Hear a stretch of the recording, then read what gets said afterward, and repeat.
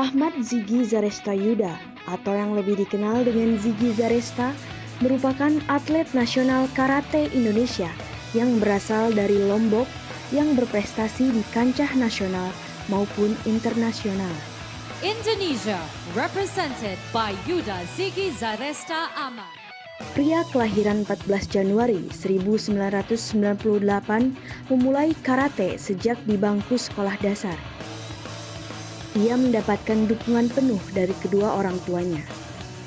Salah satu prestasinya adalah peraih juara 3 kata individu putra di Asian Games 2018 Jakarta, Palembang. Dan juara 1 kata individu putra di SEA Games, Filipina. Guys, diem. Hai guys. Halo guys, halo guys. Diem. Bye diem. Hai guys. Halo. Apa ini? Ini apa buat behind the scene? Terus apa ini? Gimana? Halo, selamat datang di JBK. Join bareng kuy. Bersama saya Alfi dan aku Alia. Selaku host dalam acara ini akan menemani Anda untuk berbincang-bincang santai dan sharing dengan sosok inspiratif dari berbagai bidang nih. Dan kali ini dari bidang olahraga nih. Wow. Siapa tuh kira-kira, pada penasaran nggak? Bisa dikasih konya dong. Dia merupakan seorang pria. Wah, pria guys. Dan dia merupakan seorang atlet karate. Wow, ngeri nggak tuh atlet karate guys? Bisa ngelindungin. Pastinya sih bisa ngelindungin kalian sih. Ya, Sumpah. dan tentunya idaman para wanita di luar sana. Nah, dia merupakan seorang atlet karate bernama Ahmad Ziggy Zaresta atau yang lebih dikenal dengan Ziggy Zaresta, pria kelahiran 14 Januari 1998 yang berasal dari Nusa Tenggara Barat, dan ia merupakan seorang atlet dengan segudang prestasi yang saat ini menjadi atlet karate nasional Indonesia sekaligus menjadi young entrepreneur di bidang clothing dan bidang kuliner loh. Dia nggak cuma atlet doang dong ya? Iya, dan pastinya dia tuh idaman banget buat para mertua nih. Calon mantu dong ya, pip calon mantu guys. Nah, buat yang penasaran, kita langsung sambungin aja ke Ziggy-nya dan tetap terus nonton ya, soalnya pasti banyak banget obrolan yang inspiratif tentunya dan pasti lebih seru ya, dan akan memotivasi kalian juga sih pastinya sih, terutama buat kaum milenial tuh di luar sana ya. Dan kita sambungin aja ya ke Ziggy-nya. Ziggy Zaresta. Hai. Halo. Halo Bang, apa kabar nih? Halo. Baik. Gimana? Apa kabar nih Bang? Baik. Udah lama nggak ketemu ya? Iya, udah lama banget nih karena pandemi. Kamu Asian kan ya? Iya, 2018. Terakhir ya? 18. BTW aku lihat di Instagram lagi di Bali nih, lagi ada liburan apa gimana? Ya. Kita sekarang lagi pelatnas di Bali. Jadi pelatnas tim nasional sekarang lagi di Bali. Sebelumnya kenalin dulu ya. Perkenalan dulu. Nama aku ya, temannya Alfi. Jadi di sini mau bincang-bincang santai aja ya, nggak usah serius. Nggak usah. Boleh. Tenang Bang, tenang. Nggak akan nanya yang aneh-aneh kok. Nanya aneh-aneh juga nggak apa-apa, santai aja. Nah di sini juga ada teman-teman juga nih, sebentar. Nih. Ya. Oh ya, halo semua, salam kenal Ziggy. Salam kenal. Ya. Mungkin banyak teman-teman nih yang pengen tahu ya, gimana sih awal mulai Ziggy ini ngikutin karate, terus sejak kapan dan udah berapa lama menggeluti dunia karate ini? Boleh diceritain gitu. Sebelumnya saya minta maaf ya, udah nunggu. Ya, jadi kemarin ada acara. Jadi kemarin tuh ada ulang tahunnya A Sandi. A Sandi itu kan kapten kita di tim nasional. Nah, terus kemarin juga ada ulang tahunnya Rifki. Jadi kemarin tuh nggak bisa. Terus habis itu tadi siang, aku Jumatan tadi siang. Lupa. Ini kan emang hari Jumat sih. Ya, jadi ngaret. Makanya tadi juga tadi waktu itu lagi udah di masjid sih. Jadi gimana? Pertanyaan pertama tadi apa? Oh ya, mungkin banyak teman-teman yang pengen tahu nih gimana awalnya ngikutin karate ini. Terus udah berapa lama sih menggeluti dunia karate ini? Kalau untuk saya sendiri kenapa ikut karate? Karena dulu memang mungkin waktu SD ya. Waktu SD itu dulu saya nggak punya kegiatan. Jadi waktu kelas 1 SD itu saya izin sama orang tua saya untuk ikut karate. Dan akhirnya disupport. Dan kebetulan orang tua saya itu kan seneng juga nih sama bela diri. Cuman orang tua saya bukan karateka atau bukan juga bela diri lain. Cuman senang aja. Keinginan sendiri berarti ya? Ya, keinginan sendiri. Terus kalau untuk saya udah berapa lama sampai saat ini, saya mulai start karate itu tahun 2004. Di tahun 2004 sampai sekarang mungkin udah kurang lebih 16 tahun. Jadi hampir. Lama banget ya. Ya, jadi udah 2004 berarti pas aku 4 tahun. Berarti umurnya sekitar segituan.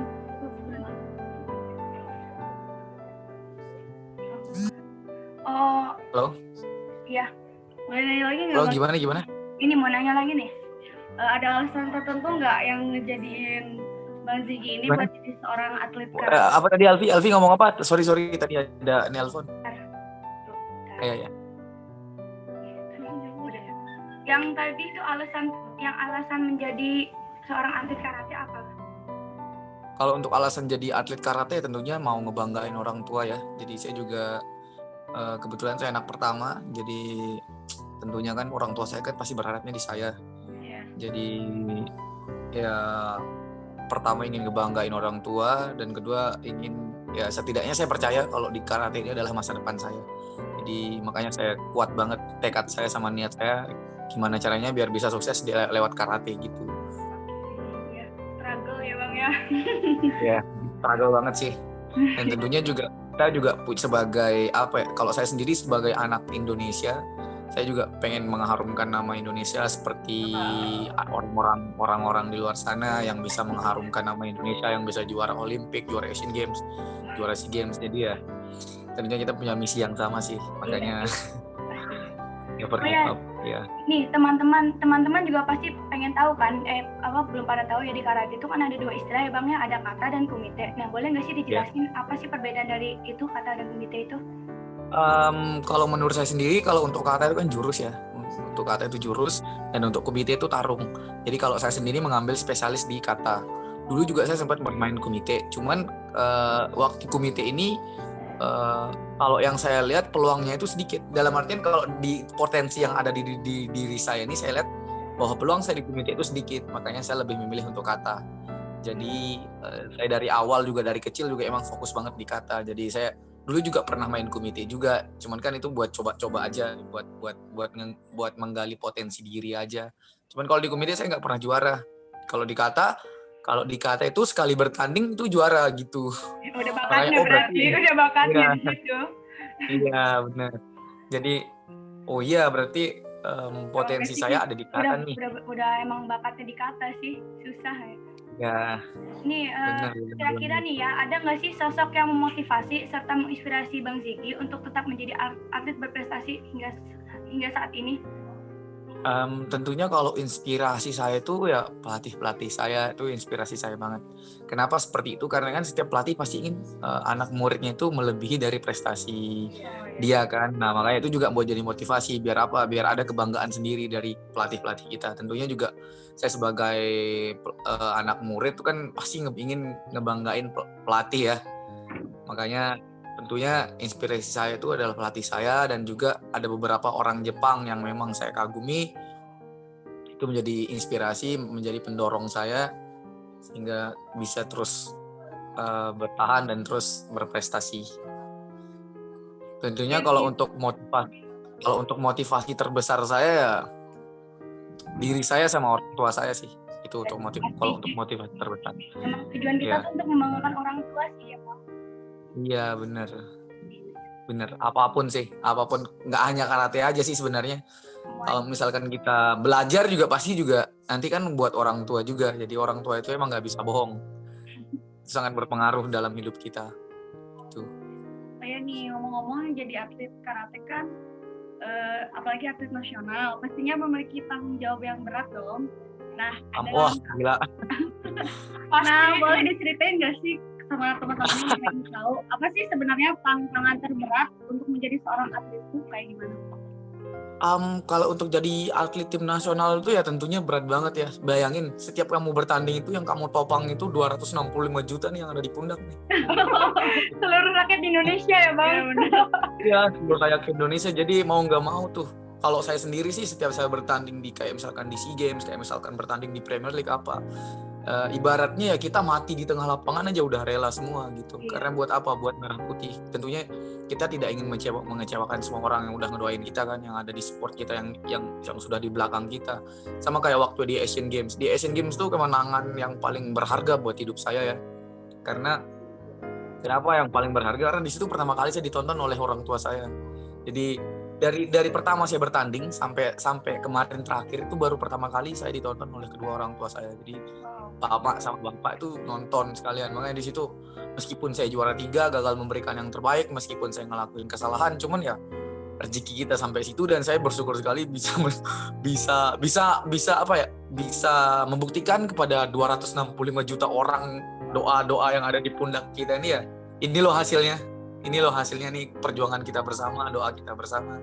Jadi ya kurang lebihnya ya saya mohon maaf juga kalau misalkan belum bisa memberikan juara 1. Cuman inilah kemampuan saya yang saat ini dan inilah mungkin rezeki yang dikasih. Jadi saya bersyukur sekali. Dan untuk yang kemarin terakhir waktu di SEA Games itu juga berkesan juga sih. Itu selama saya bertanding selama saya mewakilin Indonesia, itu baru medali emas di multi event pertama saya. Jadi Keren banget. Masih muda gitu ya, bisa berprestasinya sampai luar biasa. Dan kemarin juga sih sebenarnya kita apa ya? Kalau saya sendiri sih memang udah nyiapin segalanya sih. Saya sudah nyiapin mental saya juga gimana. Karena kita tahu kan gimana SEA Games. Kalau SEA Games itu kan biasanya yang kita lawan itu bukan cuma lawan doang, cuman faktor X-nya juga kita lawan, faktor non teknisnya juga sangat besar.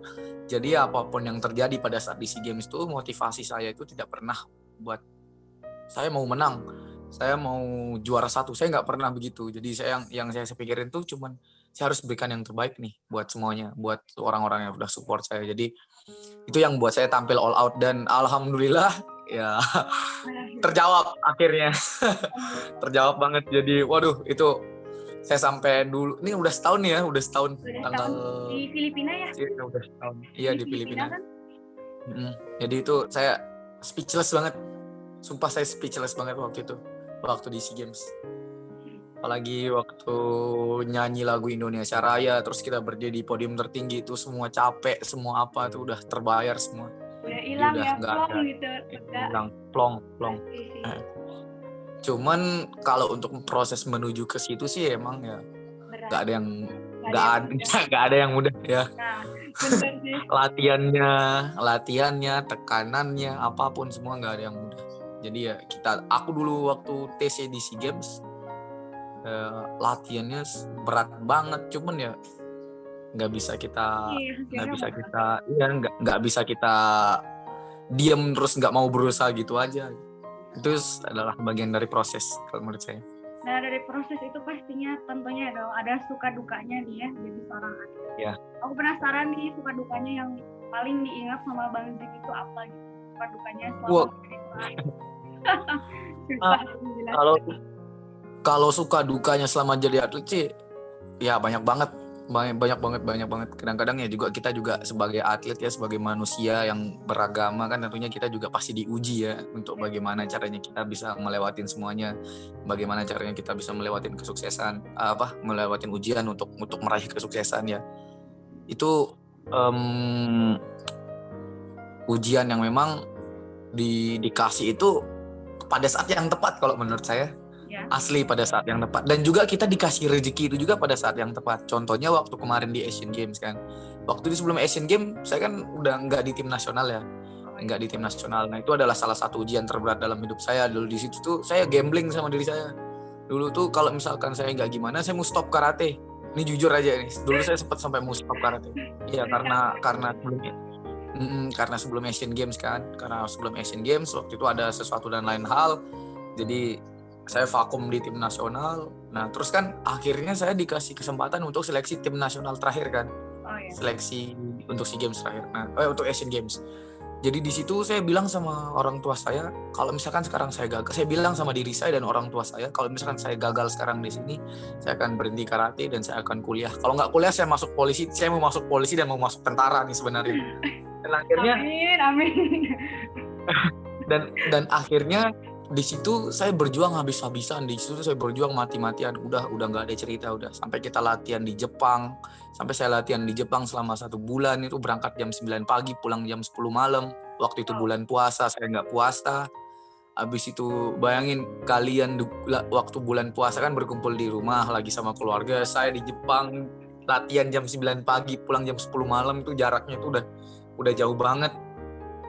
Habis itu saya bersama Kak Sisil, Kak Coki, Kak Sari waktu itu kan, sama ada juga Valen juga, kita apa namanya, ambil bawa bekal dari rumah kan, bawa bekal dari apartemen. Nah habis itu kita makan sama-sama tuh di kereta di apa, stasiun kereta tuh, aduh, Jadi banyak perjuangan. pengalaman banget ya, pengalaman yang nggak Ya, dilupakan ya banyak. suka duka yang emang saya sampai di situ sampai sempat selama latihan sebulan itu saya sempat nyerah. Kenapa saya nyerah? Karena waktu itu saya latihan 3 minggu, udah latihan 3 minggu, cuman saya ngerasa dalam diri saya ini udah nggak ada perubahan. Maksudnya udah nggak ada apa ya, udah saya nggak bisa berubah gitu, nggak bisa lebih baik. Main saya itu seperti ini aja gitu. Jadi kayak latihan, wah kok main saya kayak gini aja ya. Sedangkan waktu kan sebentar lagi kan mau seleksi. Ya udah akhirnya di situ ya udahlah, coba tinggal seminggu lagi. Nah akhirnya pas selama seminggu ini di situ saya dapat apa yang saya cari. Terus waktu seleksi dan saya nggak pernah nyangka banget. Jadi motivasi saya waktu itu ya saya ingin menampilkan yang terbaik. Gitu. Entah saya gagal, entah saya menang, entah saya apapun itu, saya nggak peduli. Yang penting saya mau menampilkan siapa yang terbaik. Yang penting saya mau menampilkan siapa saya waktu itu kan. Itu motivasi saya banget. Makanya itu hal yang paling saya nggak bisa lupain juga, proses yang menuju ke Asian Games ini. Pas main dan saya nggak nyangka bahwa saya ini juga kembali dipercaya buat masuk tim nasional. Jadi makanya saya suruh datang orang tua saya nih, coba ke Jakarta dulu, saya bilang kan. Saya bilang mama sama bapak, ya udah ke Jakarta dulu nih, lihat anaknya bertanding nih, saya bilang gitu. Nih lihat nih anak ini lagi bertanding nih buat orang tuanya nih, saya bilang gitu, buat ngebanggain orang tuanya ya akhirnya terbayar. Jadi ya dukanya itu udah nggak apa ya, nggak, udah cukup jadi kenangan aja gitu, udah nggak kerasa duka yang pahit-pahitnya itu udah nggak kerasa gitu. Waktu perebutan kemarin tuh juga itu ya Bang ya, apa namanya, sama lawan mana tuh yang kemarin Asian Games yang juara 3? Kalau yang Asian Games kemarin kita lawan Qatar sih. Yang dan termasuk juara 3 ya? Ya, yang perebutan juara 3. Dan termasuk waktu di Asian Games itu di pool saya, bagan atas itu termasuk termasuk kalau saya sendiri di sana itu waktu di bagan saya ini ada Malaysia. Malaysia ini juara bertahan Asian Games, emas Asian Games tahun 2014. Terus 2013 yang main pertama, yang lawan saya waktu main pertama. Ini yang lawan saya waktu main pertama ini orang Uni Emirat Arab, itu juara 3 Asian Games tahun 2014. Dia juga dulu tahun 2012 dia pernah ngalahin Kyuna di kejuaraan Asia, dia juara 1. Kyuna. Nah, ya, terus di pulau saya ini juga ada Kyuna, ada Kyuna. Jadi kita juga nggak bisa bohong siapa Kyuna kan. Iya. Ya, meskipun gimana pun kita habis-habisan juga, kalau ketemu dia ya susah juga gitu. Waktu mau final itu ya, mau main. Iya, semifinal. Iya, jadi pas saya mau ketemu final sama Kyuna itu. Ya di semifinal. Jadi saya udah ketemu sama Kyuna itu 7 kali dan hasilnya meskipun saya kalah, tapi saya banyak belajar dari dia gitu. Yang Jadi pengalaman, saya banyak mencari pengalaman aja sih sebenarnya. Udah hebat sih sebenarnya mah. Iya. Jadi Saya selalu, setiap saya main lawan Kyuna itu selalu dapat pelajaran sih. Sampai terakhir kemarin itu ya, sebenarnya waktu di bawah itu saya yakin banget mau ngalahin dia. Maksudnya saya bisa ngalahin dia. Cuman karena apa ya? Karena auranya dia, karena pembawaannya dia, pokoknya karena semuanya. Sampai saya bilang dalam diri saya waktu setelah main, wah nggak bisa saya ini, nggak bisa saya ngalahin dia. Udah down dulu mungkin ya. Ya bukan udah down dulu sih, karena dia tuh juga kalau semakin kita berambisi, dia lebih berambisi gitu. Dia udah pasang standar tinggi gitu. Dia udah bisa ngatur dirinya. Kalau misalkan kita udah tampil maksimal, dia bisa 2 kali lipat dari kita gitu. Kalau kelebihannya Kyuna. Jadi ya kita juga nggak bisa bohong sama kualitasnya dia seperti apa. Iya sih. Heeh. Mungkin sebelum pandemi nih latihan kayaknya biasa-biasa aja ya. Tapi selama masa pandemi ini ada nggak sih apa sistemnya dibedain atau gimana? Kan kayak lebih ketat gitu kalau sekarang di masa pandemi kayak gitu. Protokol kesehatannya gitu ya. Ya, kalau sebelum pandemi, kalau sebelum pandemi sih nggak ada ini ya, sama aja gitu. Cuman kalau sekarang pada saat pandemi ini memang bener sih, apalagi sekarang waktu pelatnas ya. Kalau waktu pelatnas ini emang semua tuh dibatasin semua. Kita sama teman-teman kita juga dibatasin, kita mau keluar juga dibatasin. Pokoknya semua itu harus sesuai dengan protokol kesehatan karena jangan sampai kita terkena sama COVID ini sih sebenarnya. Makanya kalau saya sendiri sih Amit-amit ya, amit-amit ngeri lah. amit sih, ngeri-ngeri juga sih, ngeri-ngeri sedap. Soalnya kalau satu kena bisa dievaluasi satu tim gitu. Iya. Jadi ya Ada susah. pada. Kalau untuk pola latihan tadi nanyain pola latihan ya? Iya, pola latihannya. Mungkin pandemi mungkin agak khusus gitu kayak Zoom gitu. Enggak sih, sama aja sih. Sama aja sih. Kalau untuk porsinya sama aja. Cuman sekarang malah lebih berat juga kalau menurut saya. Oh iya. Lebih berat juga. Lebih berat juga karena kan kita kan udah lama nggak latihan ya. Tiba-tiba terus habis itu kita pelatnas lagi nih. Bukan nggak latihan sih sebenarnya. Cuman kan harus ada adaptasinya lagi. Nah, itu dia adaptasi dengan program yang 2 kali sehari. Ya, agak susah sih. Agak susah dan cukup ya mungkin 2 bulan, sebulan. Seperti itu. Aku pengen nanya nih, Ziggy tuh kalau sehari misalkan di pelatnas gitu latihan sehari berapa kali sih? Gitu tuh. Kalau untuk latihannya 2 kali sehari. Pagi sore. Pagi sore. Latihannya itu jam 6 sampai jam 9, jam 3 sampai jam setengah 6. 3 jam berarti ya? Sekitar 3 jam mungkin ya? Ya, bisa juga lebih sih. Biasanya orang-orang kalau jam 6 itu biasanya masih pada tidur sih biasanya juga. Iya, kita udah bangun latihan, keringet-keringetan. Hebat nah maksudnya hebat banget gitu. Maksudnya orang-orang mah pada di sana tuh pada kayak masih tidur lah, masih inilah. Ini mah udah bisa olahraga. Ya itulah kegiatan tim nasional lah ibaratnya ya. Kita di sini juga bukan karena apa-apa sih sebenarnya, karena komitmen kita aja sih gitu. Makanya apapun program dari pelatih ya kita makan aja gitu, meskipun secapek apapun, meskipun apa ya, karena komitmen sama tujuan kita sih yang buat kita kuat. Nah, nih, selama Ziggy tanding ada nggak sih event yang paling banget memiliki makna nih? Kalau ada boleh nggak sih diceritain? Mungkin teman-teman di sini juga ada yang mungkin juga penasaran ya. Pasti adalah satu event yang bikin ingat gitu, ingat terus juga ada nggak sih lawan yang tersulit, terus lawannya itu dari mana? Kalau untuk event yang paling berkesan buat saya, untuk yang pertama itu Asian Games, terus yang kedua SEA Games, terus yang ketiga WKF Serpong. Oh, yang waktu juara 1 pertama ya? Iya, jadi waktu WKF Serpong kita juga nggak nyangka juga sih bisa dapat medali emas.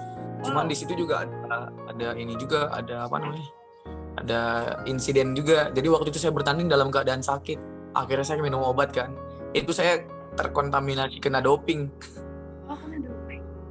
Ya, cuman karena apa namanya? Karena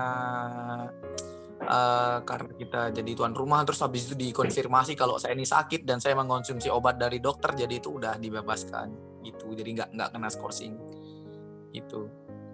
Di dalam event terdekat ada nggak sih event yang akan diikuti, dan pastinya ada dong target perolehan medali dalam event itu kira-kira apa? Kalau untuk tahun depan karena masih corona, jadi tahun depan itu ada Premier League di bulan Februari. Premier League. Ya, Premier League. Ada beberapa Premier League sebelum menuju ke Olimpik. Kalau untuk targetnya ya bisa naikin ranking sih sebenarnya, meskipun itu cuma satu tangga doang, satu step doang.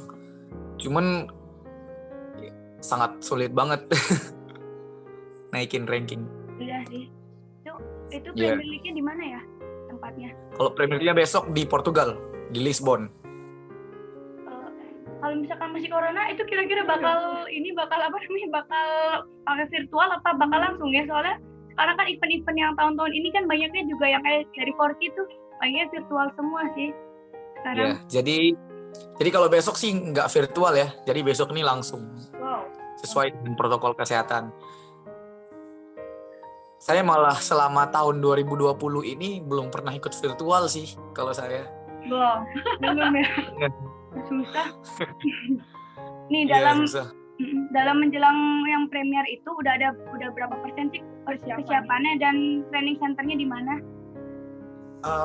Kalau untuk persiapannya mungkin untuk sekarang nih udah 60% ya, tinggal kita maintenance di teknik aja sama fisik. Habis itu ada beberapa nanti tambahan strategi. Ya untuk sekarang ini persiapannya masih 60%. Dan sekarang kita lagi pelatnas di Bali. Wah. Kute. Di Bali ya, lumayan. Ya, Wah, enak dong ya latihannya sambil liburan.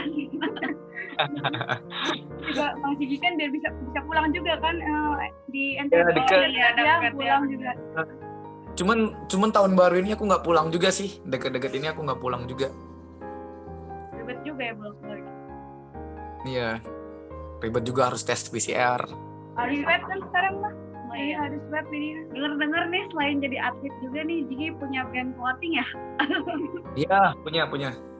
Bisa dijelasin nggak itu tuh nama brandnya apa sih dan konsep dari brand itu gimana? Kak, kebetulan saya juga ada di coba jualan roti juga, sama jualan baju. Kuliner juga ya? Iya. Berambah banyak banget. Baju ini saya ada punya brand namanya Zymotic Resins. Jadi konsepnya itu streetwear gitu. Streetwear untuk roti saya punya Meet the Bread. Jadi Meet the Bread itu kayak hotdog gitu. Kayak hotdog itu kayak burger. Kayak hotdog itu mungkin. Iya, kayak burger. Ngomong-ngomong brand ini tuh didiriin dari kapan ya? Brand Udah ini lama. yang brand clothing. Kalau untuk brand itu saya udah berdirinya itu tahun 2018 akhir. Oh, Cuman kemarin tuh baru ya 2018 akhir. Cukup lama. Cuman karena pandemi ini jadi agak susah juga berkembangnya karena situasi. Iya. Kurang masukannya. Ini Iya benar. untuk clothing yang ada di punyanya yang brand ini pakaiannya tuh untuk pakaian pria aja atau bisa unisex juga? Sebenarnya unisex sih sebenarnya. Dan saya sebenarnya juga punya dua konsep sih. Saya punya dua brand juga. Kalau yang untuk kayak misalkan sportwear gitu ya, kalau buat latihan gitu ada juga saya punya zaresta.id. Jadi itu yang buat kayak jersey. Kalau yang Zymotic Resins ini untuk streetwear. Bentar ya. Oke. Halo. Nih, kan mungkin penasaran juga kan Bang Ziggy kan selain ada brand pasti kan orang-orang pengen tahu nih harganya nih. Kalau harga kisaran clothingnya dari Bang Ziggy ini berapa? Kalau untuk harga di jersey itu 150 ribuan ya kalau yang untuk jersey. Cuman kalau untuk kaos biasa tuh kita belum produksi ya kalau untuk kaos. Cuman kalau saya targetnya itu sekitar harga kaosnya tuh 80-90 ribu. Affordable ya, jadi masih terjangkau lah. Tapi kalau untuk Zymotic Resins ini kita harga kaosnya itu 185 ribu. Karena di situ juga ada beberapa ini juga dari bahan juga kita pakai yang bagus, tapi itu sablon juga gitu. Emang ini sih emang modifnya bagus sih, emang udah dilihat juga. Ya, keren. Ya, jadi kalau untuk Zymotic Resins ini sebenarnya kita lagi bentuk pasar sendiri ya. Jadi kita kalau saya sendiri sih sebenarnya lagi ngincer pasar yang memang pasarnya di pasar streetwear gitu. Biar makanya agak susah. Ya, makanya agak susah berkembang dan juga bukan susah berkembang sih, agak berat. Tantangannya agak berat juga gitu. Pasti apalagi kalau mau mulai bisnis itu pasti susah. Iya, susah. Kalau dilihat nih, kalau yang kita tahu tadi dari harganya, kira-kira itu pasti omsetnya banyak. Gede banget ya per bulannya. Omset dari penjualan, apalagi ditambah dari yang kuliner itu kan ya, merambah banyak. Nggak juga sih sebenarnya, biasa aja sih. Maksudnya ya nggak gede-gede amat lah. Cuma Iya, jajan gitu. ya, cukup buat jajan lah, cukup bisa nggak beli HP Cukup. iPhone tiap bulan, Ya cukup buat iPhone kuota boba. lah. iPhone terbaru Cukup buat beli cilok lah. sama segerobak. Oh ya, ngomong-ngomong lokasi distronya tuh di mana? Udah ada cabangnya atau belum? Belum sih, rencana besok saya mau titip di Jakarta juga rencana. Tapi Jadi ini kalau baru untuk ada lokasinya masih di Mataram. di NTB berarti? Iya. Iya, baru di Iya, Mataram. iya masih di Mataram doang. Secepatnya lah buka di Bandung. Di Bandung biar kita Boleh. biar bisa. Sekarang lagi di Bandung ya? Iya, di Bandung. kita di Bandung. Oh, kuliah di Bandung di UPI? Enggak, di Unpas. Oh, di Unpad. Cuman Unpas Pasundan. Oh, Universitas. Oh iya. Kalau dia aslinya emang bukan orang sini sih. Dia orang Purwakarta. Dan saya Kalau aku di Karawang. Kalau aku sering tinggal di Karawang. Oh di iya? CCTV ya. Ya, jadi aku malah setahun kemarin 2019 di Karawang tuh 6 bulan. Kemarin juga waktu corona ini dari bulan Maret aku sampai bulan Juni itu di Karawang. Jadi waktu Lebaran aku nggak pulang. Wah, deket tuh soalnya Purwakarta Karawang deket. Tinggal nyobain sate Marangi aja. Kalau misalkan ya, Aku pernah nyobain sate Marangi. Aku pernah nyobain sate Marangi. Udah Gila, rame banget. Udah pernah. Rame banget, sumpah rame banget, terus enak banget. Iya, Jadi kemarin waktu tahu nggak yang paling enak apa sampai juga? ngantri. Yang paling enak itu es Sate. kelapanya sih, sumpah enak banget. Iya. Aku minum es kelapa sama makanan sate tuh. Gila, enak banget sih asli. Nanti Tapi coba- rame banget, coba sumpah. di sana ya. Iya, Ya, besok. Sama Enggak, aku. iya. Jadi tour guide. Iya, boleh. Wah, luar biasa banget nih Ziki. Kisahnya sangat menarik dan sangat inspirasi banget buat kaum milenial. Ganteng ya. Prestasinya banyak. Sekarang jadi bisnis juga. Amin. Calon mantu Amin. idaman. Calon mantu idaman. Pip. Amin. Amin. Ada pertanyaan lagi nih terakhir. Terakhir. Nanya yang ada. Terakhir. Nih, apakah Ziki ini punya mimpi? Pastinya ada dong mimpi. Dan mimpi apa sih yang Ya. belum terwujud? Yang ingin ini pokoknya intinya mah ingin dicapai gitu. Kalau saya sendiri sih sekarang lagi bermimpi buat main di Olimpik. Saya ingin mengukir sejarah buat menjadi Olimpian. Sebenarnya meskipun saya sebenarnya nggak target buat juara, cuman saya targetnya masuk Olimpik aja itu udah suatu kebanggaan, suatu sejarah buat diri saya. Jadi suatu mimpi buat diri saya. Sedangkan semua orang sekarang di Indonesia ini bertaruh di cuman kita sekarang sama Kak Coki berdua gitu. Jadi mau nggak mau nih harus full-fullan besok waktu main. Berarti ini nggak full tim ke Olimpik atau cuma berdua sama Kak Cok? Sebenarnya sih untuk kualifikasinya besok mungkin full tim ya. Cuman untuk ikut Premier League untuk apa dan dan ranking yang mendekati itu cuman kita berdua sama Kak Coki untuk sekarang ini. Itu. Nih kan pertanyaan terakhir ini udah dijawab nih ya kan, dan sudah kita dengarkan. Oh ya, nggak kerasa ya waktu tuh udah cepat banget berlalu. Udah 30 menitan nih. Ngobrol-ngobrol setengah jam juga sih. Sebelum acara ini berakhir, kira-kira ada nggak sih pesan dan motivasi yang ingin disampaikan untuk para kaum milenial Di luar sana nih yang lagi ngejar cita-citanya. yang ngejar mimpinya gitu? Kesan-kesan ada lah. Apa ya, kalau untuk pesan ya yakin sama proses, karena proses itu emang suatu hal yang harus kita jalanin untuk meraih kesuksesan. Jadi percaya sama prosesnya. Banyak kok yang bilang apa tuh proses yang hasil nggak pernah Ngianatin hasil. proses nggak pernah mengkhianati soalnya. Ngianatin hasil.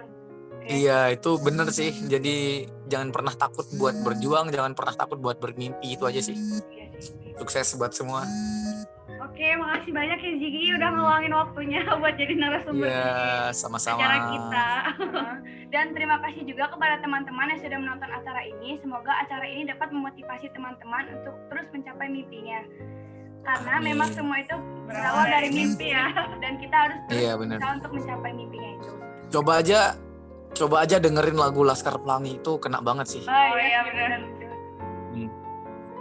Oke, Jadi makasih. lagu Laskar Pelangi. Mohon maaf ya, Bentar.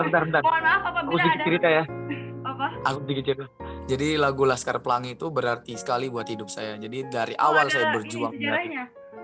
Iya, jadi dari awal dulu saya punya sahabat dulu, sekarang udah meninggal namanya Ahong. Oh iya. Itu saya berdua dulu. Iya, jadi saya berdua dulu sebelum saya masuk di tim nasional. Itu saya berdua dulu selalu nyanyiin lagu Laskar Pelangi berdua. Jadi abis itu saya sambil nangis sama dia, abis itu ya. Dan lagu itu punya banyak keajaiban buat hidup saya. Jadi sampai sekarang tuh kadang-kadang kalau saya sebelum main tuh saya selalu nyanyi lagi lagu itu. Jadi kalau misalkan saya capek, saya nyanyi lagu itu gitu. Penenang. Iya. Ya, lagu penenang. Itu sih. Sukses buat semua. Terima kasih Ya, banyak. terima kasih udah mau jadi narasumber di acara kita nih. Saya mohon maaf apabila ada salah-salah baik Ya, nggak apa-apa. baik kata dan Ya. perbuatan. Saya Alfi dan teman saya pamit undur diri. Sampai ketemu lagi di JBK. Join bareng. Bye bye. Bye bye. Thank you, Bang. Thank you.